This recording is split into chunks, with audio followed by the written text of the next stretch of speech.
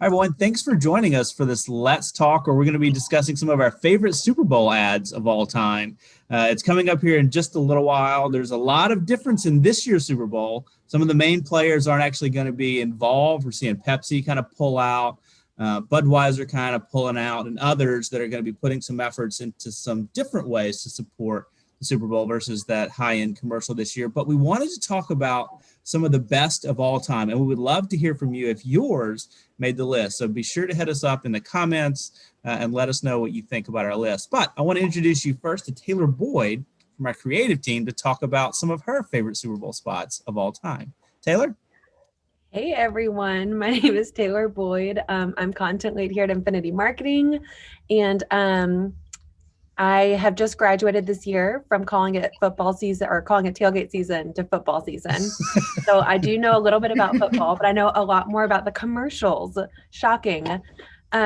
So I just quick game of how well you know your coworker. If let's say Ross, if you had to guess which which commercial I'm going to choose, what would you say? Man, that's a tough one, Mm, Taylor. Um, I would probably. There have been so many; it's hard to pick one. It's got to be one of. I know for me is the beer companies were high up on my list. So I'm going to guess that it's a beer company, but I don't know this. Can't give you a specific one. Thomas or Megan, can you guess? uh, I was going to say something wine related, but there's not a whole lot of wine Super Bowl You would spots. have been right, but So I'll say, let's go Budweiser, specifically owning in on one. How about Budweiser Frogs? okay. Megan, what was yours? I would go with Budweiser with the puppies. Puppies. That's a good Ding, ding, one. ding, ding. No, the puppies, of course. Right. Now it's so obvious. Y'all, this Budweiser puppy spot from 2015. It is when the puppy goes missing and then this wolf tries to attack it and the Clydesdale horses come in. I literally it's like hard for me to talk about because I will start crying. It is such a good spot. I think they did such an amazing job capturing some emotional element without ever talking about the product. And as Thomas, you've already alluded to, I don't drink beer. So the fact that I am a Budweiser advocate is Yeah. saying something about that spot because that is the only reason I would ever recommend Budweiser to a friend, a coworker, family member. I would bring it to a party as a favor.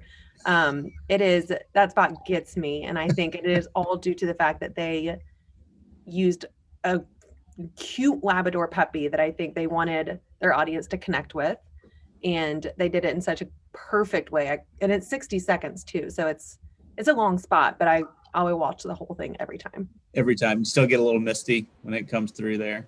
Yeah, I was like thinking about what spots, and I was like, I can't watch it right now because I can't cry at 8:30 in the Well, morning. the good news is we're going to link it down below so people will be able to actually see that video and give us their thoughts on it. So Budweiser hits a soft spot. What else, Taylor? What else do you see that has stood out for you over the years during the big game? Um, so I think if you're ever going to get me with a commercial, it's either through raw emotion like that or through good old fashioned humor. Yeah. And another spot that came to mind was those ETrade babies. That's a Um, classic. I've always said if I could create a reality TV show, it would be toddlers doing adult things with no script, and we would just film it.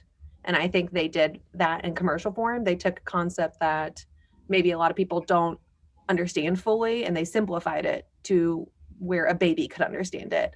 And I just think those spots are so funny and well done. And they're also, I mean, I could be wrong. E-Trade, come in and correct me if I am. They look like they were done on a budget. I mean, they look very budget friendly. They're just simple spots, and I think that they really captured such a great message and such a simple idea that was clearly scalable because they made about 15 of them. Yeah. Technology wise, though, let's think about it versus maybe, gosh, we'll have to look, but I think those E-Trade commercials were like a decade ago. We'll double check it. It's been a while. It's been a minute. But Yeah, now I look think at they all did the stuff in filters that we have on 2015. Snapchat and things that do all the really high-end things that were in those commercials. So they did look really sharp, but how they animated the babies to talk or to do other things. And now it's a Snapchat filter that does that for everybody, right? Yeah, Or it definitely has something come that a long way. carries over to TikTok. Cool. Well, great. So Taylor, thank you so much for sharing. But everybody else, stay tuned. We're going to be talking to Ross and to Meghan about a few of the other spots that are going to make our list of our greatest of all time. So see you in just a minute.